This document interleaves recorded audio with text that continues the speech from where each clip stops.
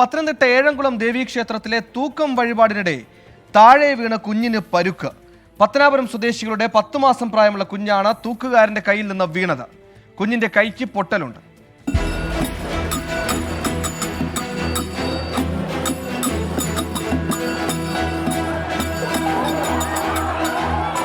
ഇന്നലെയാണ് പത്തനംതിട്ട ഏഴംകുളം ക്ഷേത്രത്തിൽ കുംഭഭരണി ഉത്സവത്തിന്റെ ഭാഗമായുള്ള ഗരുഡൻ തൂക്ക വഴിപാടിനിടെ 10 മാസം പ്രായമുള്ള കുഞ്ഞ് താഴെ വീണത്.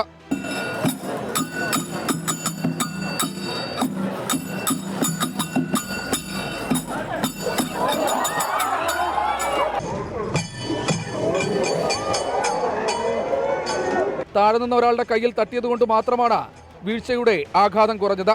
കുഞ്ഞിനെ അടൂരിലെ സ്വകാര്യ ആശുപത്രിയിൽ പ്രവേശിപ്പിച്ചിരിക്കുകയാണ്. കയ്യ് ഒടിഞ്ഞിട്ടുണ്ട്. എങ്കിലും കുഞ്ഞിന്റെ ആരോഗ്യനിലയിൽ ആശങ്ക വേണ്ടെന്ന് ആശുപത്രി അധികൃതർ അറിയിച്ചു. വേണ്ടത്ര സുരക്ഷാ സംവിധാനങ്ങൾ ഒരുക്കാതെയാണ് ഈ ആചാരം നടത്തുന്നതെന്ന വിമർശനം ശക്തമാണ്. ഇത്തവണ 624 തൂക്കങ്ങളാണ് നടന്നത്. ഇതിൽ 124 കുട്ടികളുടേതാണ്. 6 മാസം പ്രായമുള്ള കുട്ടികളെ അടക്കം ഈ ആചാരത്തിന്റെ ഭാഗമാക്കാറുണ്ട്. ഇഷ്ടസന്താന ലബ്ധിക്കും ആഗ്രഹ പൂർത്തീകരണത്തിനുമായാണ് തൂക്ക വഴിപാട് നടത്തുന്നതെന്നാണ് പറയപ്പെടുന്നത്. സംഭവത്തിൽ അടിയന്തര നടപടി സ്വീകരിക്കാൻ സംസ്ഥാന ബാലാവകാശ കമ്മീഷൻ ജില്ലാ ശിശു സംരക്ഷണ സമിതിക്കും പോലീസിനും നിർദ്ദേശം നൽകി. ശ്രീകുമാരൻ, 24 പത്തനംതിട്ട.